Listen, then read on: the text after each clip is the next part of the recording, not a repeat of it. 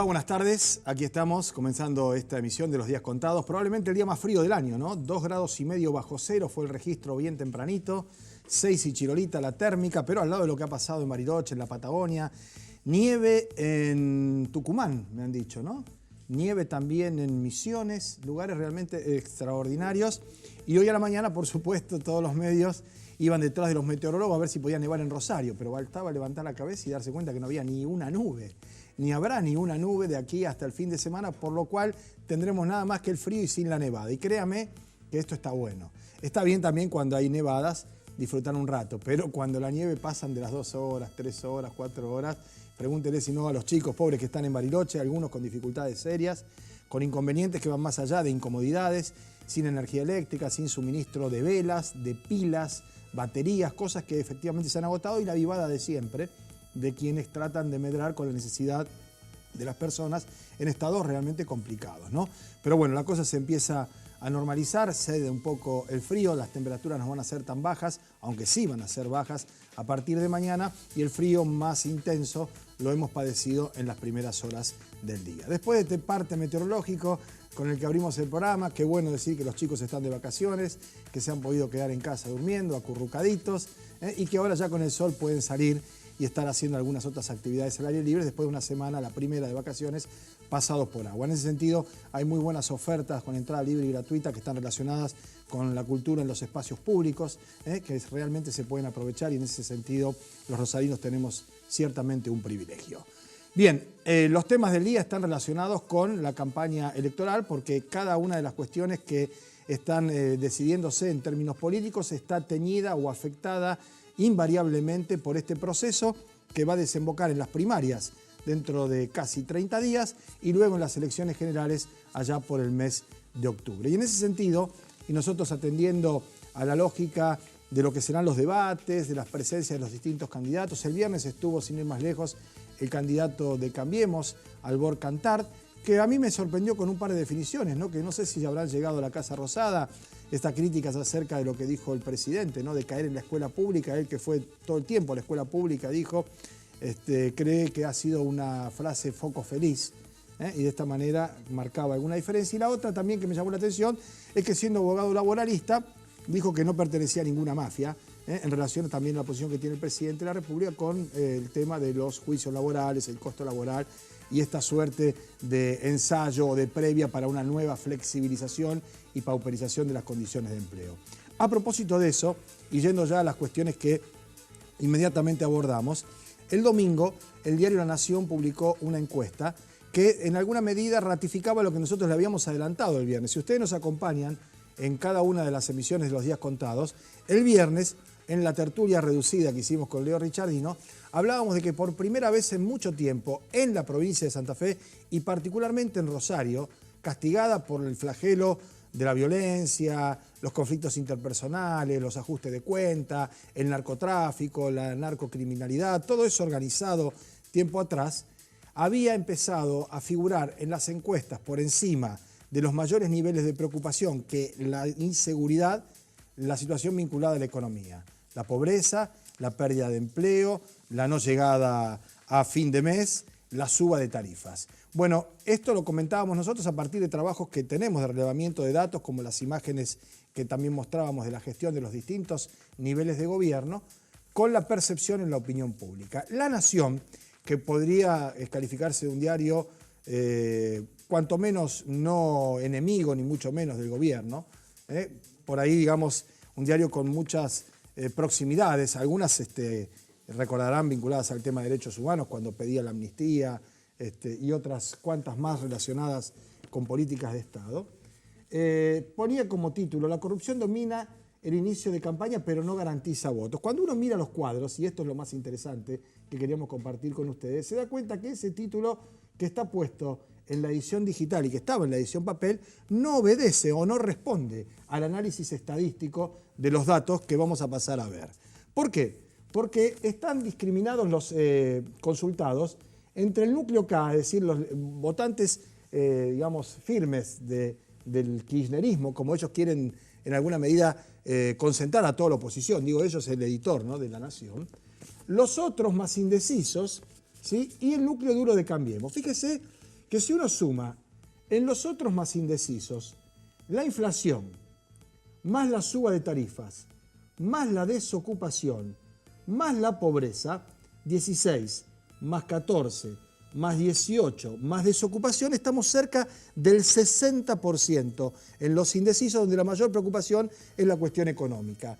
Lo sigue la corrupción, solo 1 de cada 5 electores tiene eso como leitmotiv fundamental para decidir su voto. Y está también la inseguridad, la educación y demás.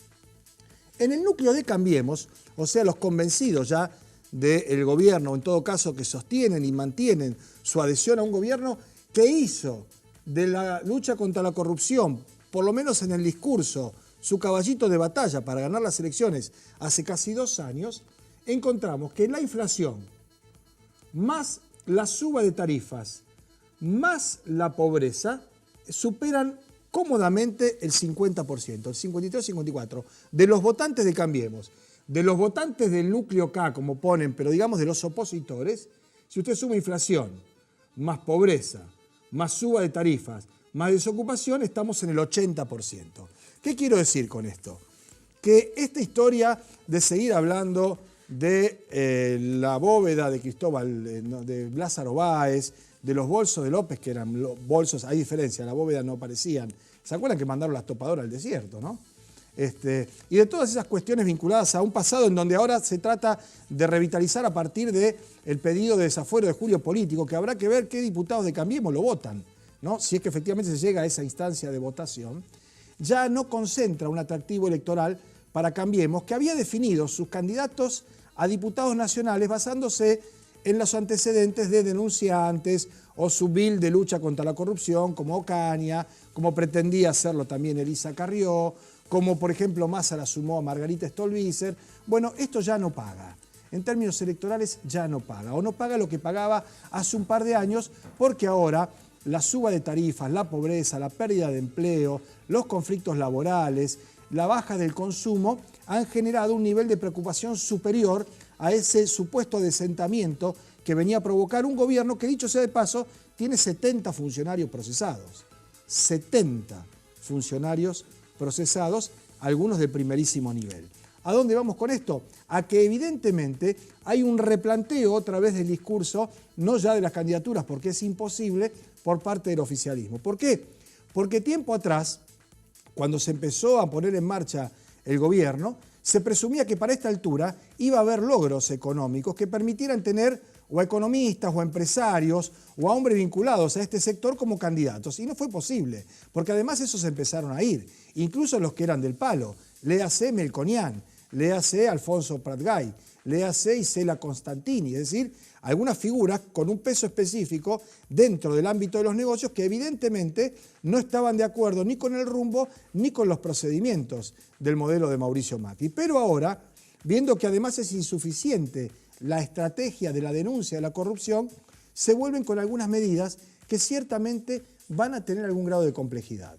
Primero porque no se está restaurando las asignaciones por pensión y por invalidez, o las pensiones por invalidez que se habían quitado, al punto tal que la justicia ha recibido la apelación del gobierno en algunos casos donde se los intimó a volver a efectivizar el pago de pensiones. O sea, que lo que declaró la señora Stanley o el propio ministro jefe de gabinete de volver para atrás con el tema de las pensiones, en términos reales no se está concretando. Hay gente que sigue esperando que le devuelvan la plata que le quitaron por haberle retirado esa pensión.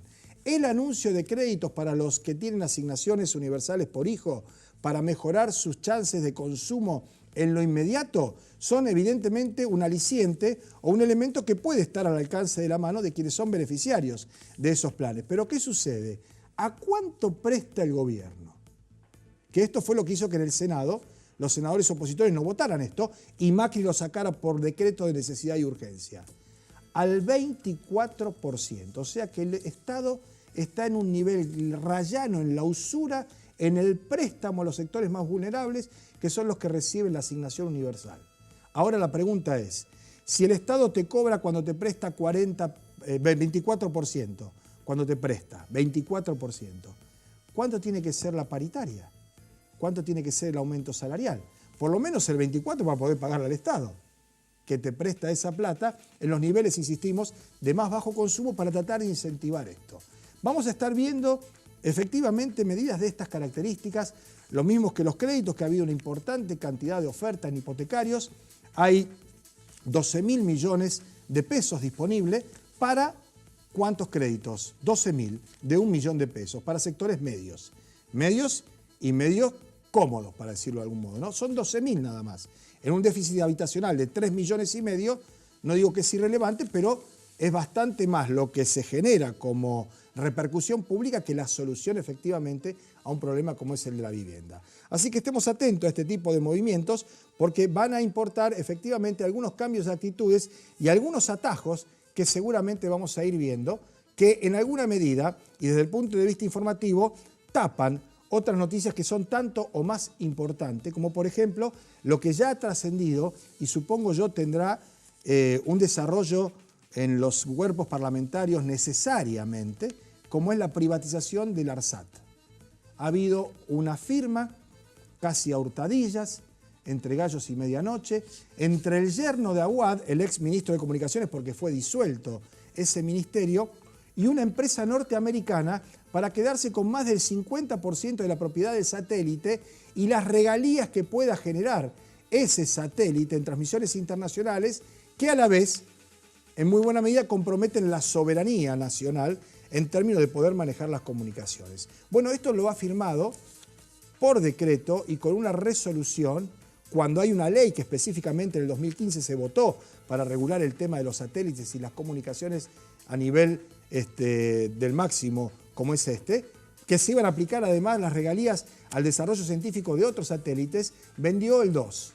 Ya está. Le van a cambiar el nombre incluso. Se lo van a llevar y van a explotar efectivamente esas comunicaciones, ¿no? Creo que esto necesitará seguramente ser esclarecido y suponemos nosotros que más allá de estar pensando y sobreactuando equidistancia y honestidad muchos legisladores, diciendo yo me quito los fueros o a mí quítenme los fueros, me parece que necesitamos algo un poco más contundente.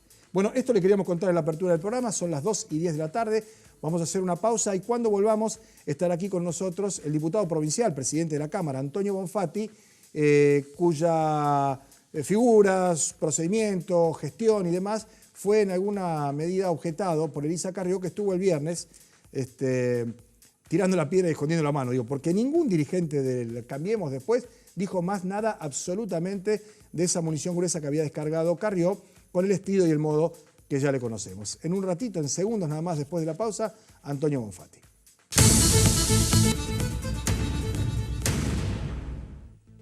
Bueno, muy bien, tal como lo hemos anunciado, está con nosotros Antonio Bonfatti, presidente de la Cámara de Diputados de la provincia, gobernador de la provincia hasta diciembre del 2015, y ahora, bueno, en una situación en la que no siendo candidato además, está en el ojo de la tormenta, ¿no? Digo, porque vino el viernes Carrió y desparramó una serie de acusaciones que no han tenido hasta el momento ningún correlato judicial, no hubo ninguna presentación ni en la justicia, ni en fiscalía, ni nada, pero que han generado el strepito foris, como dicen los abogados, ¿no? Bueno, en primer lugar, gracias por permitirme estar.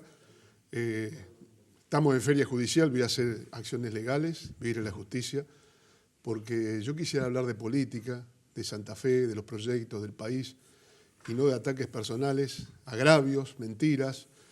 En Santa Fe no tenemos esta costumbre, hace 34 años que vivimos en democracia, nunca pasamos situaciones de este tipo con ningún candidato o no candidato, con quienes provengamos de la política. Pero es reiterado esta actitud de Elisa Carrió, que depende en qué partido esté, va cambiando de adversario.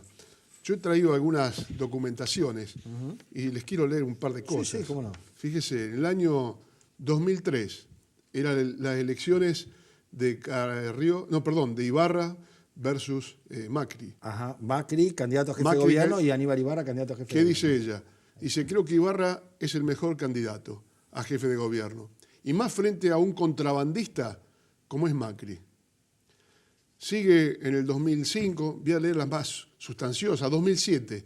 Está claro que queremos una amplia coalición cívica, pero que tenga una imposibilidad moral con Macri. 2010, salteo el 2009. Macri es un delincuente, tiene una sede privada, es cuasi mafioso.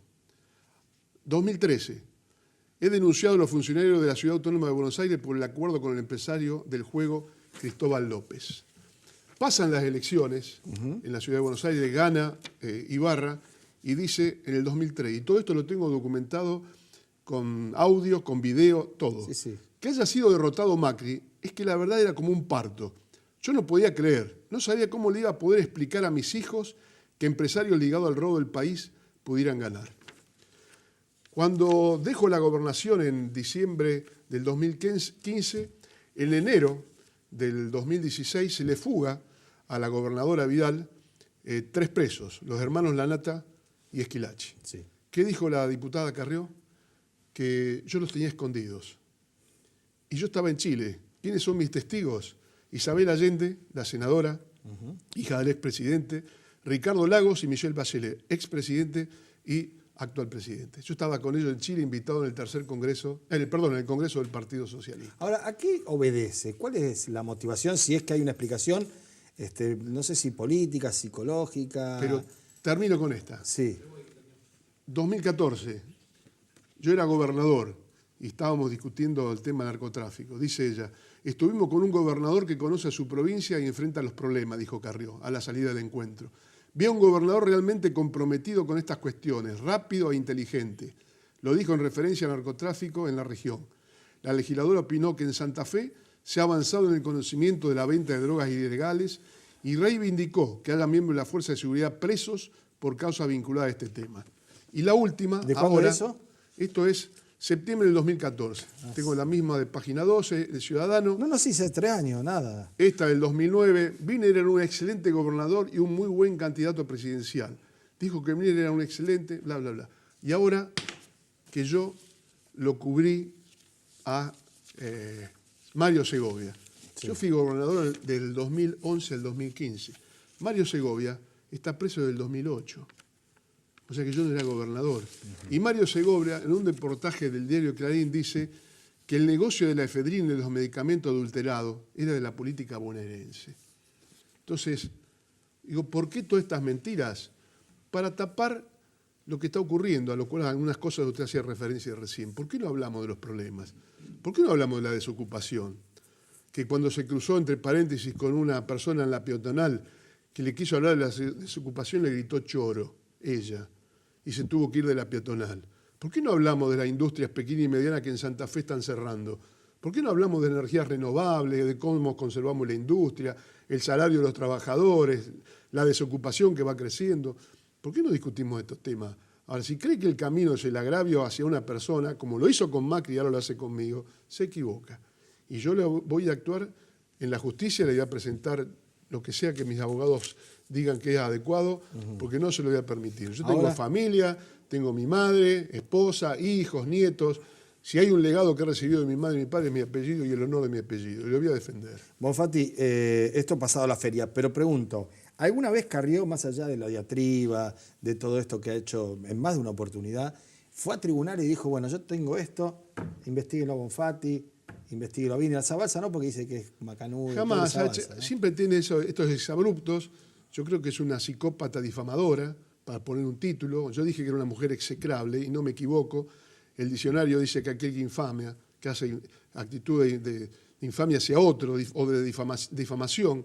Bueno, allá ella con sus actitudes. Nosotros en Santa Fe construimos política en forma diferente. Bueno, eso es lo que iba a decir, ¿no? En alguna medida, cuando le preguntaron algo de esto a Lipsi, creo que el mismo viernes, dijo eso, ¿no? Que a él le llamaba la atención, además que en la provincia de Santa Fe, sin perjuicio de las diferencias ideológicas, políticas, metodológicas, ha habido siempre un piso de respeto, o un techo, digamos, de agravio, que es más o menos lo mismo, en donde incluía efectivamente a los candidatos del PRO, porque ni a Cantar, que lo conocí el viernes y estuvo aquí sentado charlando en el mismo lugar donde está ahí, ni el propio Boazo, que siempre es un hombre con temperamento, exaltado y más, han traspuesto estos límites y emparentar directamente con situaciones de las que no hay retorno. Es decir, porque no es lo mismo acusar a uno de que sea un inepto, un incapaz, o que haya hecho tal o cual concesión a tal o tal, y otra cosa ya hablar de narcotráfico, de que el Estado orientaba las entraderas, de que le daba la hoja de ruta a los motochorros,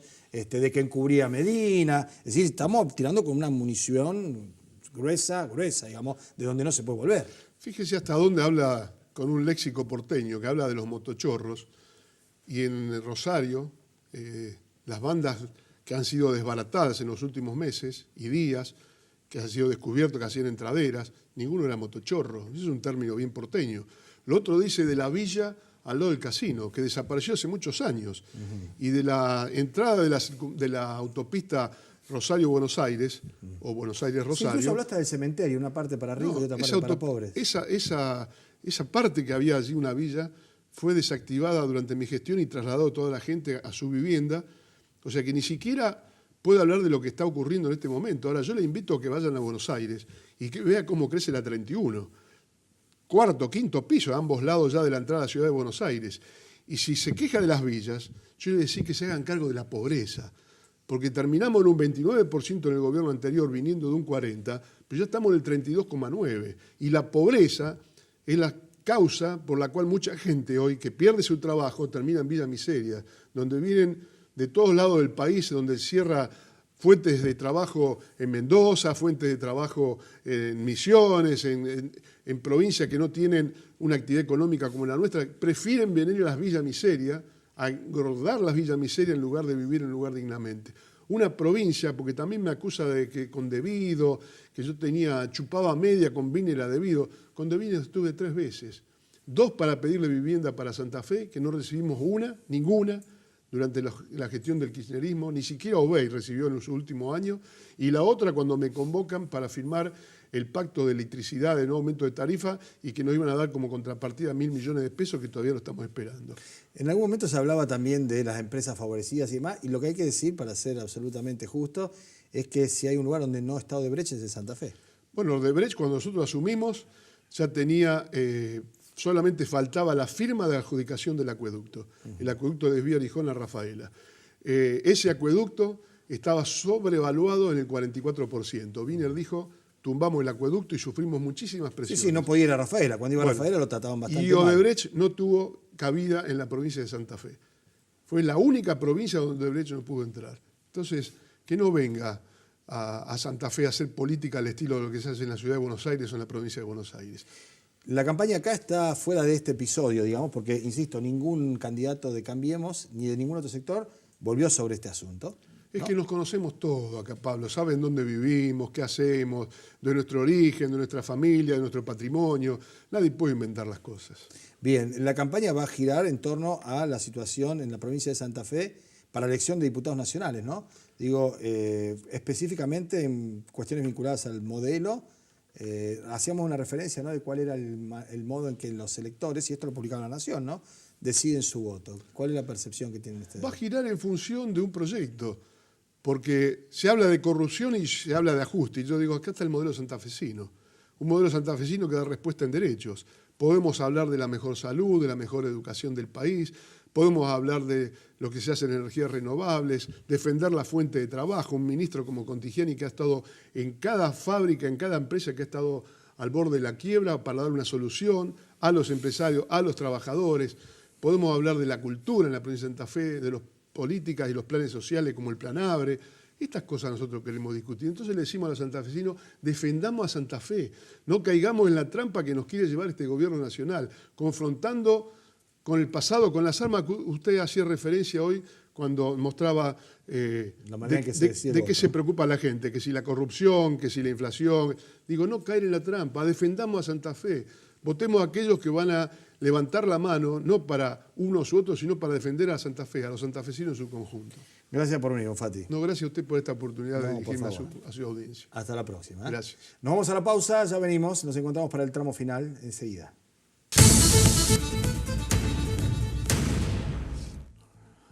Bueno, muy bien, estamos ya en el tramo final del programa. Un par de reflexiones a propósito de lo que hablábamos recién con Antonio Bonfatti y las características, ¿no?, de los comicios y de la composición de la provincia de Santa Fe. Yo podría hablar con mayor conocimiento de la ciudad de Rosario y del sur provincial, probablemente en lo que algunos dieron en llamar en su momento el Santa Fe profundo o del centro hacia el norte, de Barrancas hacia el norte, haya probablemente alguna otra idiosincrasia o manera de caracterizar el comportamiento político, ¿no?